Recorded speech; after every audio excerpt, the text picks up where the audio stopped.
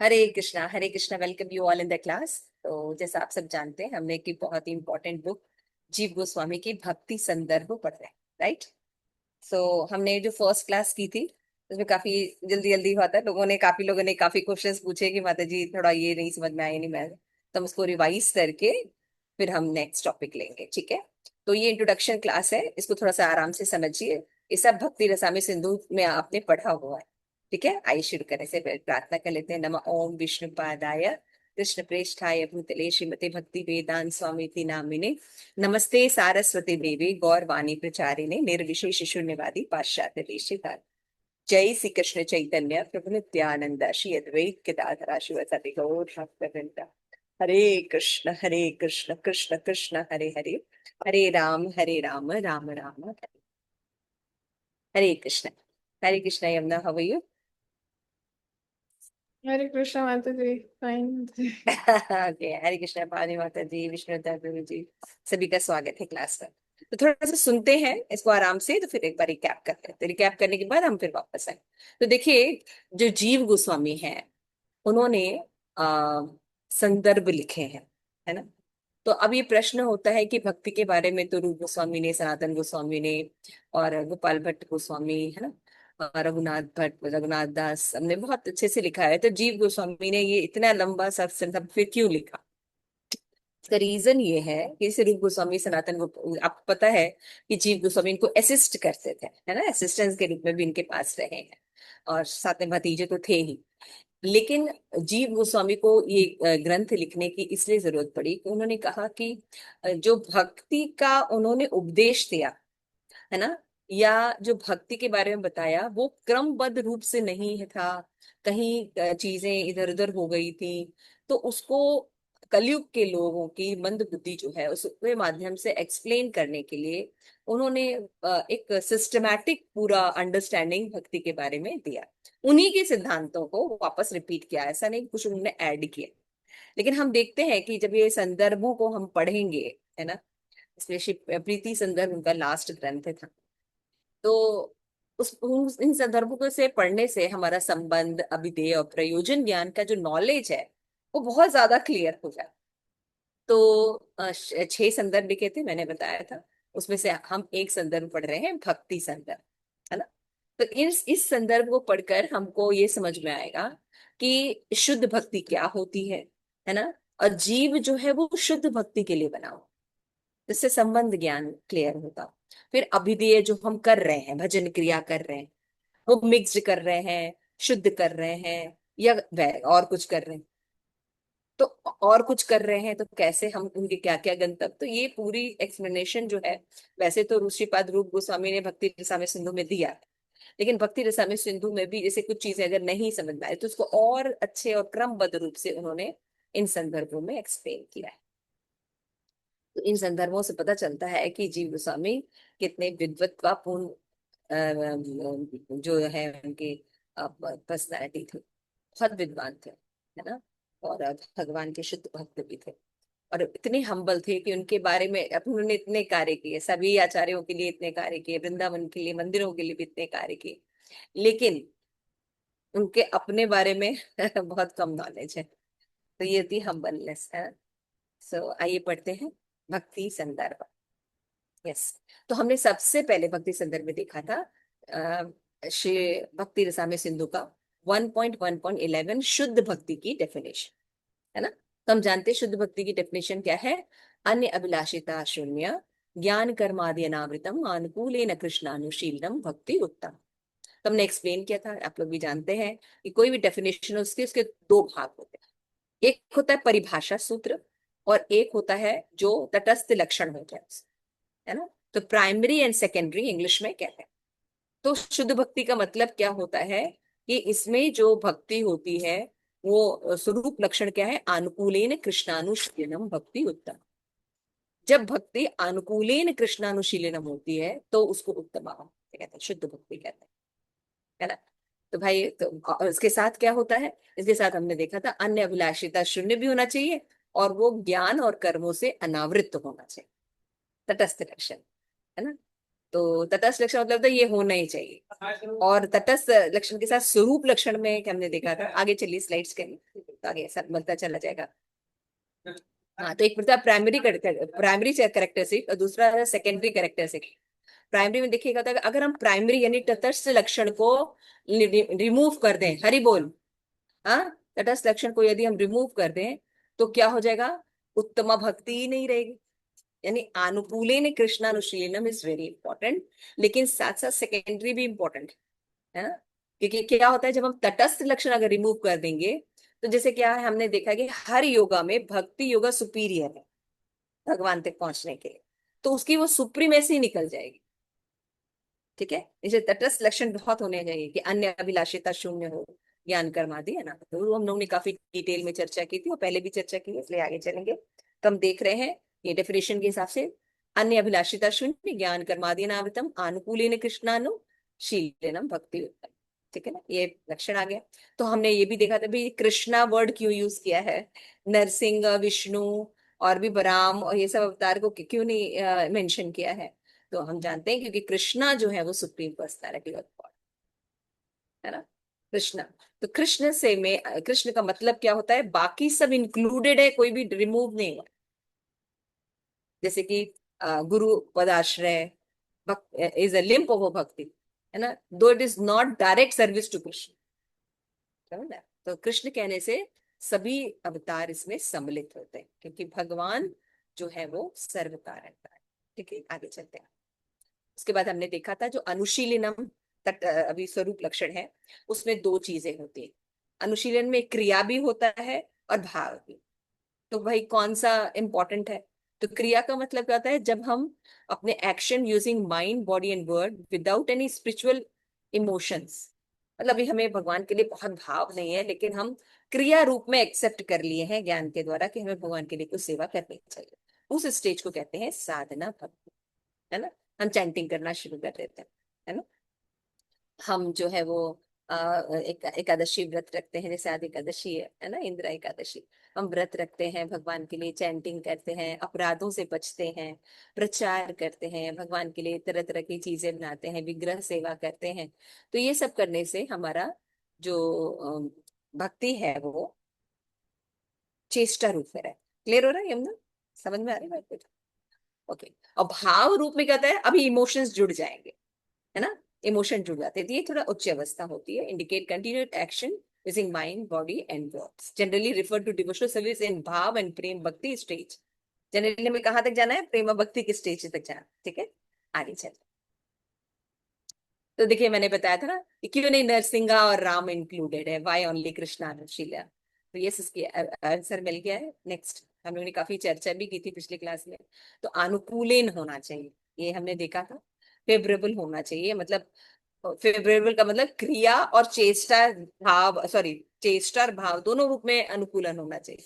लेकिन इंपॉर्टेंट क्या है इसमें, मैंने बताया था भाव इज इम्पोर्टेंट, है ना। क्रिया हो सकता है कि दिखने में लगे कि वो अनुकूल नहीं, लेकिन भाव जो है, क्योंकि भगवान का नाम भाव का ही जना है ना। तो जैसे हम देखते हैं कि भाई स्मरण करना, तो स्मरण सब कंस भी करता था, दिन रात करता था कितना भय रहता था उसको कि हर समय भगवान, कोई कृष्ण तो नहीं है, ये कृष्ण तो नहीं है। लेकिन क्या वो भक्ति थी, बताइए यमुना। नो माता जी। भक्ति नहीं थी, क्योंकि अनुकूल नहीं है भगवान, राइट। ऐसे इसी तरह जब भगवान के अनुकूल नहीं है तो स्मरण तो हो रहा है, लेकिन चेष्टा जो है वो क्रिया के रूप में है, लेकिन भाव के रूप में देखें तो भाव के हिसाब से नहीं। लेकिन यशोदा मैया ने दामोदर लीला की भगवान को बांध दिया, तो क्या ये भगवान के विरुद्ध है? नो। नहीं। आप समझ में आ रहा है, तो ये बात कही गई। Next, two possible definition of anukul that. अब इन बातों को जब हम सुनते हैं तो दो चीजें सामने आती हैं। तो हमें ऐसा क्या काम करना चाहिए, प्लीजिंग टू कृष्णा या done for pleasing Krishna. Krishna को जो पसंद है वो करना चाहिए, और कृष्ण की प्रसन्नता के लिए कार्य करना चाहिए। बताओ कौन सा option right, and why? Second माता जी। Okay, Y? क्योंकि माता जी कृष्णा, जैसे कंस कृष्णा से लड़ रहे हैं या चारों ओर मुष्टि, तो वो कृष्णा को प्लीज हो रहा है, लेकिन yes, very nice, very nice, thank you so much. कि भगवान को तो बहुत कुछ पसंद है, युद्ध भी पसंद है और भी बहुत सी चीजें पसंद है, पूतना भी आई थी। लेकिन जो कृष्ण को पसंद है, कृष्ण के लिए जो प्रसन्नता देता है वो कार्य करता है ना। जैसे बच्चा है, मैंने एग्जाम्पल अपने हिसाब से दिया था, बच्चों को चॉकलेट खाना भी बहुत अच्छा लगता है। तो प्लीजिंग टू कृष्णा सब हमेशा ठीक, डन फॉर प्लीजिंग कृष्णा होना चाहिए, फॉर, है ना, फॉर प्लीजिंग कृष्णा होना चाहिए, टू नहीं होना चाहिए। ठीक है, नेक्स्ट। तो ये तो हमने कर लिया, नेक्स्ट। तो अभी आगे हमने स्वरूप लक्षण अनुकूलीन कृष्ण को हमने देखा, है ना। अब क्या है, तटस्थ लक्षण कौन कौन से थे यमुना? तो अन्य अभिलाषिता शून्य ज्ञान कर्म आदि अनावृतम। डिजायर्स एंड ज्ञान कर्म, ठीक है। अब इसको हम देखेंगे, नेक्स्ट। अन्य अभिलाष दर्शन मतलब अदर डिजायर्स नहीं होने चाहिए, भगवान की भक्ति के अलावा और डिजायर्स नहीं होने चाहिए। ऐसा नहीं कि डिजायर्स ही नहीं होने चाहिए, डिजायर्स होने चाहिए, भक्ति के डिजायर्स सारे होने चाहिए कि नहीं। Other word, aim to achieve the bhakti is proper else in, है ना। एम टू साधना भक्ति जो टेन भाव भक्ति, है ना। साधना भक्ति ऐसी करनी चाहिए, मतलब आप जो भी साधना कर रहे हैं, अभी आप सुबह उठ रहे हैं, मंगला आरती जा रहे हैं, भगवान को भोग बना रहे हैं, चैंटिंग कर रहे हैं, रीडिंग कर रहे हैं, भागवतम पढ़ रहे हैं, प्रचार कर रहे हैं, बुक डिस्ट्रीब्यूशन कर रहे हैं, तो ये धीरे धीरे भाव भक्ति, अभी तो क्रिया के रूप में होता है, लेकिन धीरे धीरे ये भाव भक्ति की तरफ जाना चाहिए। इसीलिए हमको अपनी हर साधना को चेक करना चाहिए कि ये इसमें प्रगति हो रही है क्या, है ना। चैंटिंग करने में मैं हमेशा बोलती हूँ, आप चैंटिंग करने के बाद देखिए कि क्या आपकी ये चैंटिंग आपको भाव भक्ति की तरफ ले जाएगी। तो it should be like that, तब तो आप उत्तमा भक्ति की तरफ चल रहे हैं, नहीं तो हम चल भक्ति सिम जाएगी। इसका भी डिस्कशन हुआ था कि अभिलाषा है कि अभिलाषिता। तो हम जानते हैं अभिलाषिता वर्ड यूज करने का मतलब ये है कि भक्तों में कभी कभी कोई संकटपूर्ण स्थिति है तो डिजायर कर सकते हैं भगवान से, लेकिन उसका नेचर नहीं बनना चाहिए, अभिलाषा नहीं होनी चाहिए, है ना। आगे चलिए। तो हमने देखा था कि जैसे डेथ डेथ सिचुएशन थी द्रौपदी के लिए, उन्होंने भगवान को पुकारा ना, गजेंद्र ने भगवान को पुकारा, तो क्या उनकी शुद्ध भक्ति नहीं? नहीं, उनकी शुद्ध भक्ति है, लेकिन हमारा नेचर नहीं, नेचर नहीं होना चाहिए कि हम हर समय मांगे, है ना। नेक्स्ट, भागवत में श्लोक है ना, अकामो सर्व कामो मोक्ष काम। मांगना भी तो भगवान से मिलना चाहिए, कभी कोई बहुत विशेष संकट पड़ा। तो ज्ञान कर्म आदि अनावृतम का मतलब क्या है कि व्हाट ज्ञान शुड बी टॉक अबाउट, क्योंकि इसमें ये नहीं कहा कि ज्ञान कर्म शून्यम, अन्य अभिलाषिता शून्यम बोला है, लेकिन ज्ञान और कर्म को शून्यम नहीं बढ़ाया, अनावृतम बोला। यानी ज्ञान और कर्म को खत्म नहीं करना है, ज्ञान और कर्म जो कि भक्ति में बाधक है उनको खत्म कर, इम्पर्सनल ब्रह्म का जो हम नॉलेज लेते हैं, है ना, सांख्य योग का जो नॉलेज लेते हैं, ये सब नॉलेज भक्ति में इतना हेल्पफुल नहीं होता, इसलिए इन नॉलेज को नहीं लेना चाहिए, क्योंकि ये भक्ति को कवर कर दे, ये समझना बहुत जरूरी। और कर्म भी, है ना, तो दो तरह के कर्म होते हैं, नित्य और नैमित्तिक, है ना। नित्य मतलब रोज करने वाले का, और नैमित्तिक मतलब कभी कभी फेस्टिवल में करने वाले, जन्माष्टमी वगैरह। तो ये दोनों कर्म जो है, ये जो है karma refer to nitya and naimittik karma are not action related to serving the Krishna, ये सकाम भक्ति के उसमें आते हैं। लेकिन जो भगवत भक्ति के जो प्रभुपाद ने कहा ये एक्शन करना है, 60 डाउन करना है, डेली भागवतम पढ़ना है, तो पता चला कि नहीं, उसमें तो कहा गया कर्म नहीं करने हैं। तो कर्म नहीं, नहीं, भक्ति युक्त सारे नवदा भक्ति करनी है आपको। नेक्स्ट, तो what is the meaning of आदि? तो हमने देखा था आदि ऑल्सो टू ज्ञान और कर्म आदि अनावृतम ना।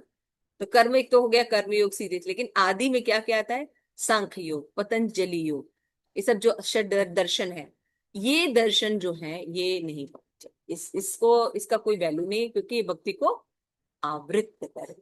नेक्स्ट, इसका बता दिया। नेक्स्ट। तो now that we have understood the definition of pure devotional service, अब हमने क्या पढ़ा, एक देख लिया। तो how many you feel that you are practising devotional service to pure, pure according to this definition? भाई कितने लोग आप लोग शुद्ध भक्ति कर रहे हैं? हमने हैंड रेस करके सबका पोल लिया था, मैंने कहा कोई नहीं कर रहा है। अच्छा ठीक है भाई, तो देखते हैं नेक्स्ट भक्ति कर रहे हैं क्या हम, है ना? नेक्स्ट हमने देखा था, है, आगे आगे। उसके बाद हमने देखा था भाई क्या हम मिक्स्ड भक्ति कर रहे हैं, है ना? तो फिर हमने डेफिनेशन दी थी कपिल मुनि की, कि मिक्स्ड भक्ति में तामसिक ये लक्षण देखे थे, है ना, तमोगुणी। नेक्स्ट, इसको डिटेल में नहीं जाएंगे क्योंकि फिर हमारा अभी का क्लास, तमोगुणी भक्ति थी, रजोगुणी भक्ति थी, है ना, और सत्वगुणी भक्ति थी, है ना? तो इसमें इसमें प्रॉब्लम क्या थी कि ये डेफिनेशन के साथ हमारी मिक्स्ड भक्ति है, तो हम लोगों ने उसमें भी पोलिंग की थी, उसमें निकला भाई मिक्स्ड भक्ति भी हम नहीं करती। क्यों? क्योंकि आगे देखेंगे। नेक्स्ट, है ना? तो वैधि भक्ति, क्या फिर हम तीसरी भक्ति करते हैं? ओके, वैधि वैधि साधना भक्ति। ठीक है, आइए देखते हैं वैधि साधना भक्ति का ये डेफिनेशन श्रीमद् भागवतम में, है ना? तो फिर हमने क्या देखा था इसमें, आइए नेक्स्ट आगे चलिए। हाँ, तो इसमें देखिए मेन क्लासिक पॉइंट्स आते हैं वैदिक भक्ति के, जातो श्रद्धा मत कथाशु। तो मेरे भक्ति में उसने फेथ डेवलप कर लिया, ये वैदिक भक्ति है ना? लेकिन वो जो इंद्रिय तृप्ति से पूर्णतः विरक्त नहीं हो पाया है, लेकिन वो समझता है कि जो सेंस ग्रेटिफिकेशन है ये अच्छा नहीं, और जब कभी भी वो इन कार्यों को करता है तो ग्रहित होता है, ग्रहित, sincerely dependent for engaging in such action. वो नहीं चाहता, वो जान रहा है कि ये सब चीजें गलत है, मोबाइल देखना गलत है, जल्दी उठना चाहिए, नहीं कर पा रहा है, वो सिंसियरली पश्चाताप करता है, तो ऐसे भक्त को वैधि साधना भक्ति में रहता है ना, भगवान को पूरी श्रद्धा है। तो ततो ये फिर भगवान जो इंस्ट्रक्शन इस वैदिक भक्ति का कि वो मेरी भक्ति करता है, प्रीति भी है, फेथ भी है ना, और दृढ़ निश्चय भी है ना, इस कारण से उसकी भक्ति उत्तम। आगे चल के अभी असाधक रूप में है लेकिन उत्तम। तो अभी आपको क्या लगता है? सबने कहा भाई वैदिक भक्ति लगती है माता जी। आगे चलते हैं, ठीक है।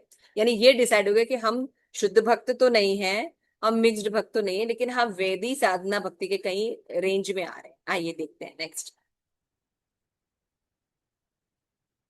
यहाँ पे एंड हो रहा है मतलब हाँ स्लाइड। ठीक है, नेक्स्ट स्लाइड आज से शुरू करेंगे ना, आज की क्लास शुरू करेंगे वैदिक साधना भक्ति। और मैंने होमवर्क भी दिया था आप लोगों को वैदिक साधना भक्ति के ऊपर ना, कि अगर आपकी भक्ति साधना भक्ति है तो वो उत्तमा भक्ति कैसे है।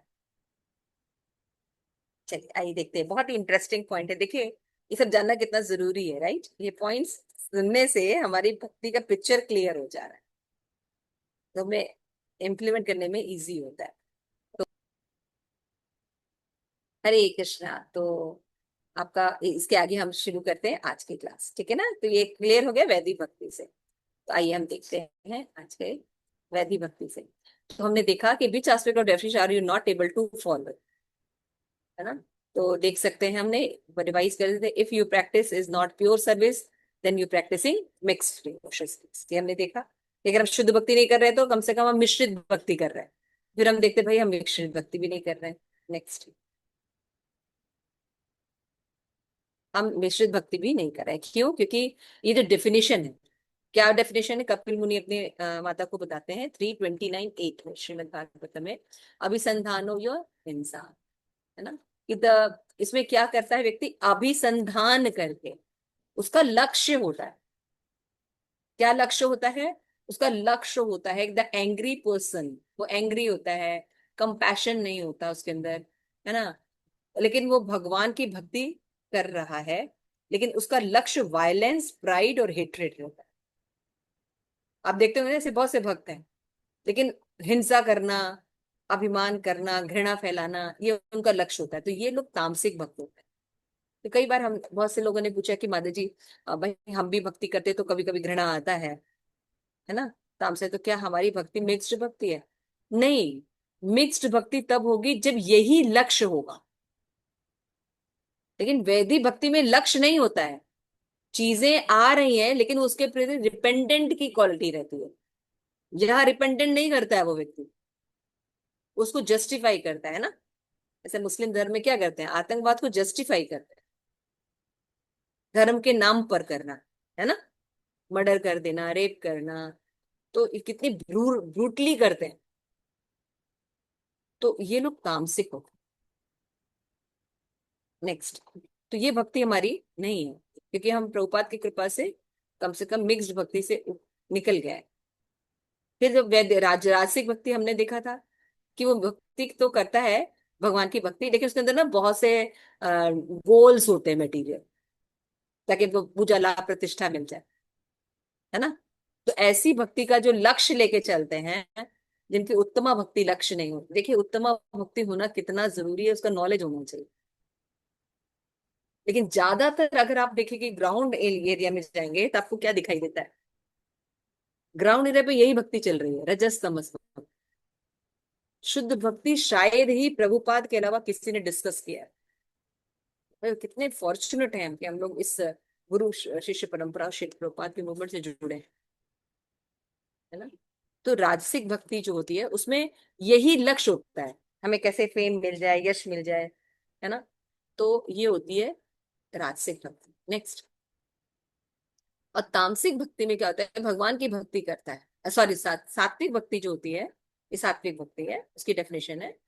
तो कपिल मुनि बता रहे कि वो मेरी भक्ति तो करता है, किस लिए करता है, कि भाई जितने भी पाप कर्म है वो नष्ट हो जाए। भगवान की भक्ति करने से पाप नष्ट हो जाते हैं, इसलिए हमें भक्ति करनी चाहिए, है ना। या अपने जो कर्म है वो भगवान को ऑफर करता है ना। और क्या करता है, ड्यूटी समझकर वर्शिप कर, भाई मेरे माता पिता ने की है और भी समाज के जो बड़े लोग हैं वो करते हैं, तो हमें भी करना चाहिए। या मुक्ति प्राप्ति के लिए भक्ति करते हैं, तो ये भक्ति भी सात्विक। अगेन ये सब फीलिंग होती है हम लोगों के अंदर, लेकिन प्रभुपाद की कृपा से हमारा ये लक्ष्य नहीं होता, समझ रहे हैं? तो ये सात्विक भक्ति होती है। नेक्स्ट, तो हमने देखा था कि हम लोग मिक्स्ड भक्ति में भी नहीं आते हैं, ये डिस्कशन हो चुका। नेक्स्ट, तो एक बार रिवाइज कर रहे हैं, है ना। थर्ड ऑप्शन, तो हमने देखा था थर्ड ऑप्शन के बारे में क्या है, ये भाई अब हमारी शुद्ध भक्ति नहीं है, हमारी मिक्स्ड भक्ति नहीं है, तो शास्त्र जो है वो कौन सा ऑप्शन दे रहा है, थर्ड ऑप्शन। क्या हमारी भक्ति साधना भक्ति, वेदी साधना भक्ति, तो हम देखते हैं डेफिनेशन के हिसाब से। नेक्स्ट, हमने ये डेफिनेशन देखी थी 11वें अध्याय में, भगवान बातें कि जातो श्रद्धा मत कदास्तु निर्वय है सर्व कर्मशु। भगवान में पूरी तरह फेथ होता है, प्रोसेस, भक्ति प्रोसेस में पूरा फेथ होता है उसका, है ना। और वो कर्म भी करता है भगवान के लिए, लेकिन सेंस ग्रेटिफिकेशन जो है वो छोड़ने। जब वो सेंस ग्रेटिफिकेशन करता है तो क्या करता है, सिंसियरली रिपेंडेंट फॉर एंगेजिंग इन सच, उसको बहुत खराब लगता है लेकिन उसको छोड़ नहीं। नेक्स्ट, है ना। तो फिर कृष्णा जो है बताया, मैंने देखा था पिछले क्लास में भी ना, बताया था कि इस वैदिक साधना भक्ति में भगवान क्या कहते हैं, कि वो मेरी भक्ति भी करता है, प्रीति पूर्वक भी करता है, फीलिंग्स भी है, फेथ भी है ना, लेकिन डिटर्मिनेशन भी करता है, लेकिन फेल हो जाता है। कहता भाई हम कल से सुबह उठ के मंगला आरती में जप करें। 2-3 दिन करता है, फिर वो नहीं कर पाता, और बहुत सिंसियरली डिपेंडेंट करता है, इसको वैदिक साधना कहते हैं। तो हमने देखा था, तुमने देखा ज्यादातर। आप बताइए, आप लोग कौन सी भक्ति आप, what suited you practice and why. वैदिक साधना। वैदिक साधना है, रोने की क्या जरूरत है, अच्छे से बोलो, वैदिक साधना भक्ति। ठीक है, आगे चलते हैं। तो भाई मिक्स भक्ति का क्या हुआ, यानी मिक्स भक्ति हम नहीं कर रहे हैं ना। क्यों, हमने बताया था गोल ऑफ नहीं है हमारा, वॉयलेंस है आपका गोल, नहीं हो जाती है बात अलग है ना। वाणी हिंसा हो गई, प्राइड हेट्रेड, लेकिन ये हमारा गोल नहीं रहता, इंटेंशन नहीं। नेक्स्ट, ये क्लियर हो गया ना बात। ये बात किसी ने पूछी थी, मैंने बार बार एक्सप्लेन भी किया कि मिक्स्ड भक्ति में क्यों नहीं है, क्योंकि ये गोल नहीं होता है। वैदिक साधना भक्ति इज प्योर, हाँ ये हमारा क्वेश्चन था, हम लोगों ने आपको दिया था कि भाई अब हम वैदिक साधना भक्ति करें, तो वैदिक साधना भक्ति और शुद्ध भक्ति में अंतर होता है। तो क्या हमारी वैदिक भक्ति प्योर सर्विस है, प्योर डिवोशनल सर्विस है? हाँ ये देखते हैं। तो हमारी प्योर भक्ति की डेफिनेशन देखा था ना, अन्य विलास ज्ञान कर्मादि अनुकूल कृष्णानुशीलन भक्ति उत्तम। आगे चलिए, तो हमने रिपीट किया है, फिर बता रहे हैं। तो हम देखते हैं कि दो तरह के लक्षण होते हैं, तटस्थ लक्षण और वो क्या होते हैं, स्वरूप लक्षण। स्वरूप लक्षण क्या है, अनुशीलन। अनुशीलन दो प्रकार का होता है, चेष्टा और भाव, है ना। तो चेष्टा में क्या होता है, अभी भाव उत्पन्न नहीं होता, लेकिन हम मनसा वाचा और कर्मणा भगवान के अनुकूल कार्य करते हैं। लेकिन नेक्स्ट स्टेज में फिर हमारा भाव भी उत्पन्न हो जाता है ना। तो इन दोनों में भाव इंपॉर्टेंट है, जैसे कि भगवान को भाव चाहिए। नेक्स्ट, है ना। तो अभी हम देखेंगे वेदी साधना भक्ति। तो अभी साधना को हम देखेंगे, साधना शब्द को देखेंगे।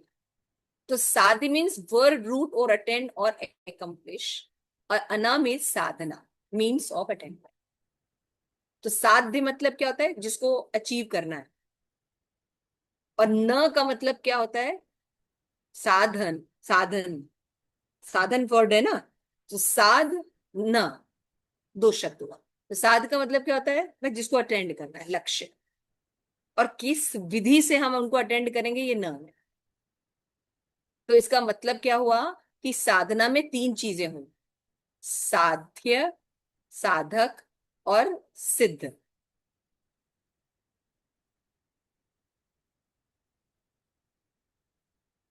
ना। साध्य, साधक और सिद्ध। तो साध्य का मतलब क्या होता है, what is to be attend, जो प्राप्त करना, साध्य करना है ना। और साधक क्या होता है, जो चाहता है कि उसको ये चीजें मिले, व्यक्ति। और सिद्ध व्यक्ति कौन होता है, जिन्होंने ऑलरेडी अटेंड कर लिया ये तो, है ना? समझ गए ये बात।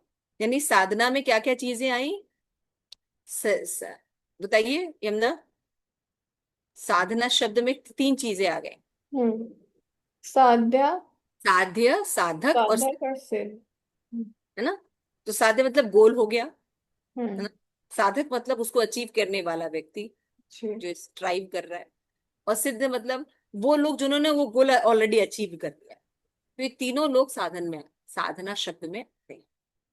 तो साधना शब्द के जीव गोस्वामी बताते हैं फोर एस्पेक्ट होते हैं। ये अगर क्लियर रहेगा तो हम साधना को शुद्ध भक्ति की तरफ ले जा सकते। क्लियर।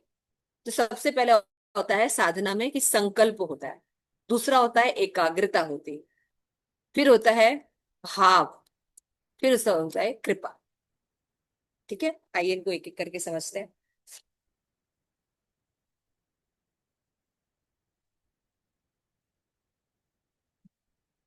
पहला होता है संकल्प। तो संकल्प शब्द समझते हैं, डिटर्मिनेशन का, है ना। भाई हम आज से रोज 16 राउंड करेंगे, 2 राउंड तो करते हैं, लेकिन नहीं, आज से हम रोज 16 राउंड करेंगे, और इसके लिए हम संकल्प लेते हैं कि हम रोज करेंगे, है ना। तो ये संकल्प जो लेके कार्य करना होता है, इसको कहते हैं इंटेंसिव डिटर्मिनेशन। तो क्या हुआ इसमें, द, इसको पढ़ेगा कोई, संकल्प के नीचे जो ब्लैक कलर में लिखा है इसकी डेफिनेशन, यस The पढ़। resolute determination with which or for which a devotee undertakes a service to Krishna is sankalp. हाँ, तो रिजोल्यूट डिटर्मिनेशन, बहुत रिजोल्यूट डिटर्मिनेशन मतलब स्वभाव के अनुसार संकल्प लेकर सेवा में, है ना। तो इसे हम चार रेगुलेटरी प्रिंसिपल को फॉलो करेंगे, है ना। तो सेवा में संकल्प निरंतरता रहनी चाहिए, है ना।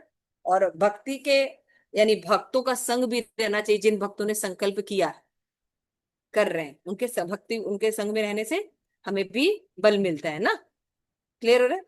और ऐसा करने से जब ये दोनों संकल्प पूर्वक कार्य करते हैं और उन लोगों का संग करते हैं, भक्तों का जो कर रहे हैं, तो क्या होगा, संकल्प पूरा होगा कि नहीं होगा, होगा। दूसरी चीज क्या आती है, साधना में एकाग्रता होनी होगा। एकाग्रता का मतलब होता है अटेंटिवनेस, है ना, इंग्लिश में बोलते हैं अटेंड। जो साधक का संकल्प लिया है उसको क्या करना चाहिए, एकाग्रता पूर्वक करनी चाहिए, है ना। तो मतलब क्या होना चाहिए, रेगुलर करना चाहिए, रेगुलेट करना चाहिए, रिस्पेक्ट के साथ करना चाहिए। एकाग्रता का ये तीन चीज होता है ना। कि पहले रेगुलर करने, रोज करना चाहिए, निरंतर। दूसरा क्या है, रेगुलेट, है ना। रेगुलर का मतलब व्यवस्थित रहना चाहिए, एक टाइम पर होना चाहिए, है ना। कि हमें जो है मंगला आरती 4:30 बजे जाना है, 6:30 8 बजे नहीं।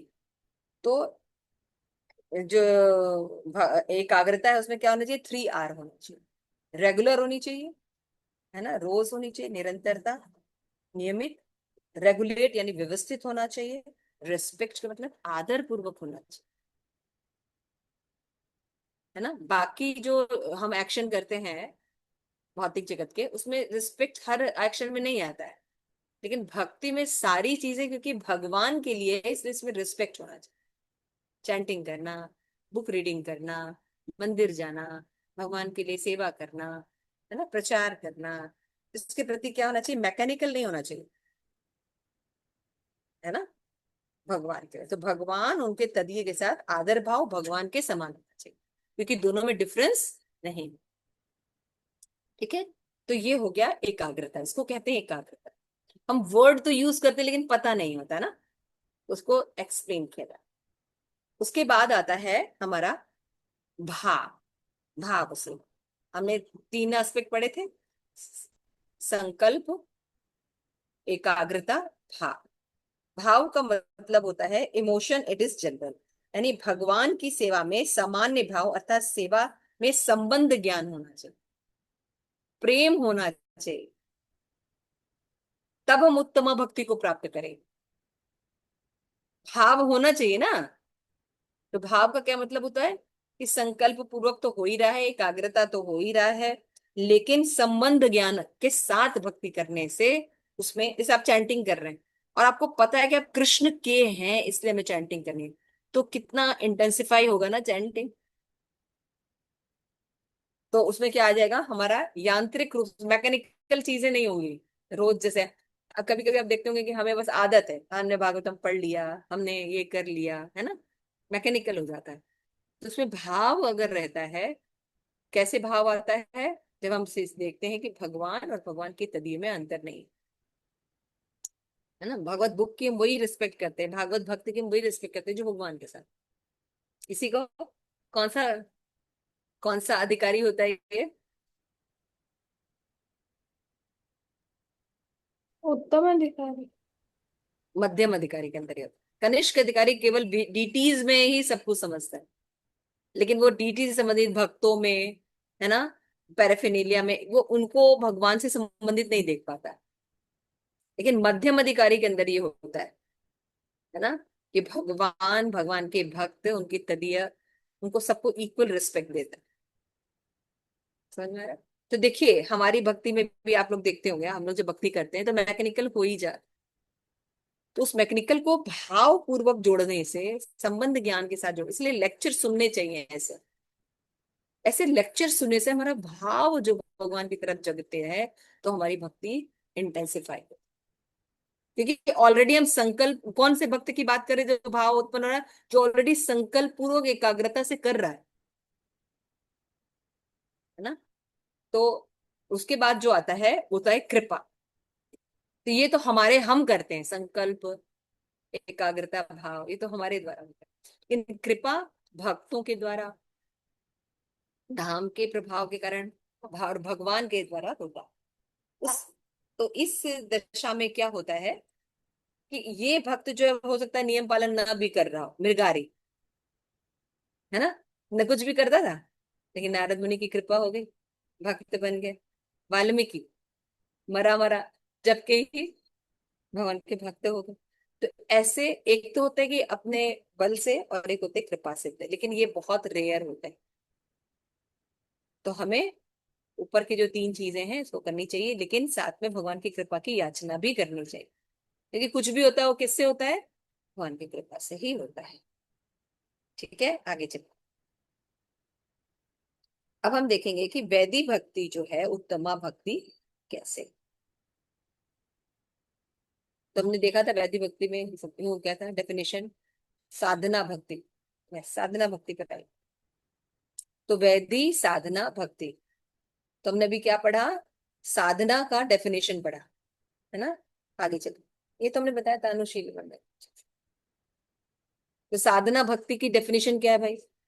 साधना को तो अभी हमने समझना है, साधना, है ना। उसमें हमने ये भी देखा कि 4 एस्पेक्ट होते हैं। तो साधना भक्ति की डेफिनेशन क्या है, कृते साध्यात भवे साध्यात, है ना। पढ़ा है आप लोगों ने प्रकृति रसामि सिंधु में, राइट। ये डेफिनेशन है कि साधना भक्ति का मतलब क्या होता है। तो साधना भक्ति का मतलब होता है कृते साध्यात भवे साध्यात भाव स भाव स साधना विदा नित्य सिद्धस्य भावस्य प्राकट्य इति साध्यता। क्या मतलब है इसका, कि जो एक्शन इंद्रियों के द्वारा किए जाते हैं जिनका लक्ष्य क्या होता है, भाव भक्ति हो। ये डेफिनेशन क्लियर होनी चाहिए, हम ये सब पढ़ेंगे नहीं, इसीलिए हमारी मैकेनिकल चीजें होती। अब देख रहे हैं ना। तो देखिए रूप गोस्वामी ने क्लियर किया है, लेकिन भक्ति संदर्भ पढ़ने से और ज्यादा सूक्ष्मता से क्लियर हो रहा है ना। क्रम मिल रहा है एक हमें। आप लोग बताइए, यस माता जी। है ना। इसकी डेफिनेशन पढ़िए फटाफट इंग्लिश में। Action of the senses, Kriti Sadhya, which produces the stage of Bhav, is called sadhana bhakti. This attained stage of Bhav bhakti is an eternal sthayi Bhav which is not created, but simply manifest within the soul by the spiritual energy of the Lord. हाँ, action जो इंद्रियों के द्वारा किए जाते हैं जिसका लक्ष्य भाव भक्ति होता है, लेकिन सिद्धि प्राप्ति होती है, लेकिन नित्य सिद्ध भाव का हृदय में प्राकट्य कैसे होता है, manifest within the soul by spirit energy of law. भगवान की भक्ति के साथ ही होता है, भगवान की कृपा के द्वारा होता है। हमने पढ़ा था ना उसमें लास्ट में कृपा भी था। तो ये एस्पेक्ट भी होता है, तो हमें ऐसी भक्ति करनी चाहिए तब हम भगवान की कृपा के पात्र बने। इसलिए वैष्णव की सेवा आदि भी करना चाहिए, है ना। तो एकाग्रता से भक्ति कर रहे हैं, संकल्प पूर्वक भक्ति कर रहे हैं, भाव पूर्वक कर रहे हैं, लेकिन कृपा होने पर ही सब चीज फलीभूत होती है। क्लियर हो गया। तो ये हमने इसको तो और डिटेल में आप हमने पढ़ा है, इसलिए हम बहुत नहीं बोल रहे हैं। तो ये तो साधना भक्ति की थी। अब वैदिक साधना भक्ति की जो डेफिनेशन है भक्ति रसामय सिंधु में क्या दिया है, पढ़िए। Where the यत actions यत्र, हाँ पढ़िए पढ़िए। where the actions of bhakti arise not from the attainment of पहले श्लोक, rag, पहले श्लोक का पढ़िए। यत्र राग, यत्र रागा नवात तत्वात् प्रवृत्तिर उपजायते शास्नेनैव शास्त्रस्य सा वैधि भक्तिर उच्यते. हाँ पढ़िए आगे। Where the actions of bhakti arise not from the attainment of rag, but by the teachings of scriptures, it is called Vedi Bhakti.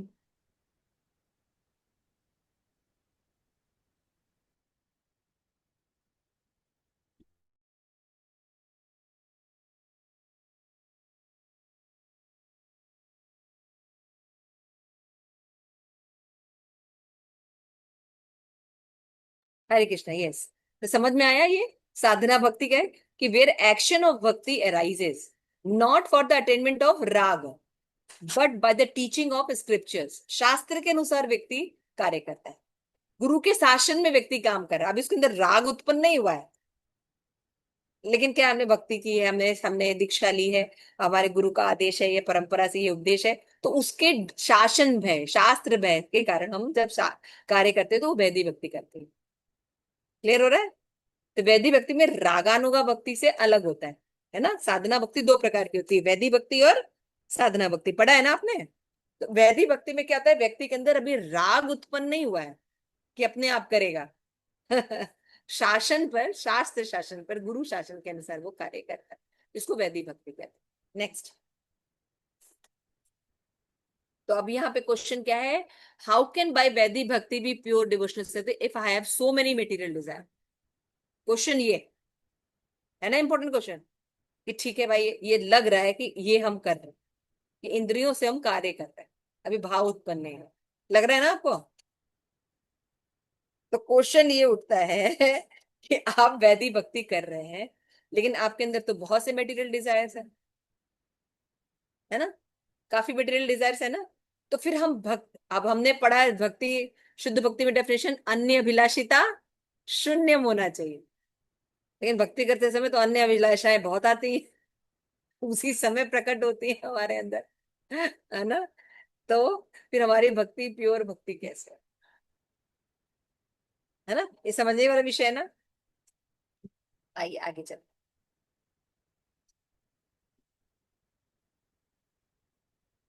तो देखिए, डिजायर्स हैं, लेकिन हमें क्या करना होगा, शास्त्र नॉलेज के द्वारा, भक्त को एसोसिएशन के द्वारा अपने डिजायर्स को शास्त्रानुकूल करना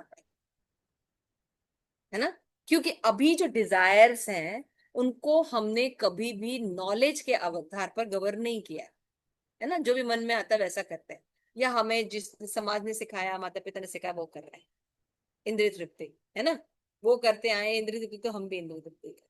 तो जब हम शास्त्र परंपरा के अनुसार पढ़ते हैं, भक्तों का एसोसिएशन करते हैं, तो हमारी जो डिजायर्स होती हैं वो वैल्यू सिस्टम पर बेस्ड होती है ना। पता चलता है कि हमें ये करना चाहिए, क्यों करना, जैसे प्रभुपाद ने बताया 4 रेगुलेटरी प्रिंसिपल फॉलो करना। क्यों? क्योंकि 4 रेगुलेटरी प्रिंसिपल अगर आप फॉलो नहीं करेंगे, तो आप जो धर्म के 4 स्तंभ हैं उनको नर्चर नहीं कर पाएंगे, और धर्म के बिना भक्ति को स्टैब्लिश नहीं किया जा सकता। क्लियर है ना। इसीलिए आप देखिए कि प्रभुपाद के मिशन में जो लोग भी जुड़ते हैं वो बहुत सिंसियरली 4 नियम का पालन करते हैं, लेकिन बाकी सब संस्थाओं में नियम बहुत से होते हैं, लेकिन देखिए लोग छुप छुप के उसको, चीट डे है, याद है आप लोग को? हम डाइटिंग करते हैं, कोई योगा सिस्टम फॉलो करते हैं, आप देखे होंगे today is cheat day, we can do this thing, no problem. सुना है आपने? लेकिन आपने कभी प्रभुपाद के मिशन में देखा ना, today is cheat day, I can break this rule, ऐसा देखा है कभी? नहीं है। क्यों? बिकॉज शास्त्र नॉलेज, परंपरा इज देयर, है ना। तो desire should be govern by shastra, guru parampara, by bhaktas, then value system should be establish. Otherwise हम कंडीशनिंग में काम करते रहे, हमें ये अच्छा लगता है because I want to do this, I love to do this. आपने देखा होगा टी शर्ट्स का लिखा था ना, just do it, don't even think, है ना, गुरु महाराज हमेशा ये बोलते हैं, है ना। तो जैसा हमारा मन करता है ना, हमको ये पसंद है इसलिए मैं करेंगे, तो ये अनर्थ की तरफ ही ले जाए। आज समाज में बताइए कौन से डिजायर्स की ज्यादा प्रधानता है?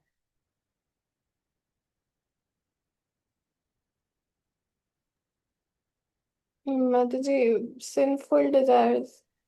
कंडीशनिंग डिजायर्स, इन दोनों में से कंडीशन। कंडीशनिंग डिजायर्स की ज्यादा है ना। लोगों को पता ही नहीं है कि क्या डिजायर्स करने चाहिए। शास्त्र भी पता है तो सकाम भक्ति वाले शास्त्र पर है, या वही रजोगुणी, है ना, पूजा लाभ प्रतिष्ठा यश, ये सब मिले, है ना। आजकल देखिए, आपको जान के आश्चर्य होगा, आज जितने भी फेमस धर्म गुरु हैं वो सबसे ज्यादा अमीर हैं, यानी गृहस्थ जो उनके जीवन में शिष्य हैं, उनके पैसे पर वो ऐसी लग्जरी लाइफ जी रहे हैं जिनके बड़े बड़े जो अमीर लोग हैं वो भी नहीं जीते। देख रहे हैं आप? तो दिस इज भक्ति, नो। दिस इज नॉट भक्ति। प्रभुपाद ने कितना बोकस गुरु के ऊपर लेक्चर्स दिए, है ना, और आज 99.9% बोकस गुरु भरे हुए। तो इनके द्वारा जो नॉलेज होता है वो प्योर नॉलेज कहाँ होगा? जब आप देख रहे हैं कि आप वैदी साधना भक्ति कर रहे हैं और उत्तमा भक्ति की तरफ जाना है, तो कितना कुछ करना है। तो हम वैदी साधना भक्ति कर रहे हैं, नियम के पालन में है ना, साधना कर रहे हैं कि भाव भक्ति पे हमें जाना है। हमारे पास 4 एस्पेक्ट भी है ना, कि हम संकल्प पूर्वक एकाग्रता से भाव के साथ भगवान की कृपा प्राप्त की याचना के द्वारा हम भक्ति कर रहे हैं। लेकिन ये उत्तमा भक्ति कब बनेगी? जब हम अपने डिजायर्स को वैल्यू सिस्टम में देंगे। आपको याद होगा भगवत गीता के सेकंड चैप्टर में अर्जुन को भगवान यही कहते हैं लास्ट श्लोका में, है ना, कि अपनी बुद्धि को क्या करो, ज्ञान के उससे बलिष्ठ करो, तभी तुम जीत सकते हो काम, है ना। लेकिन बुद्ध अभी हमारे समय में क्या हो रहा है, आत्मा जो है वो किसके, मन के अंडर में है, और मन अनट्रेंड है।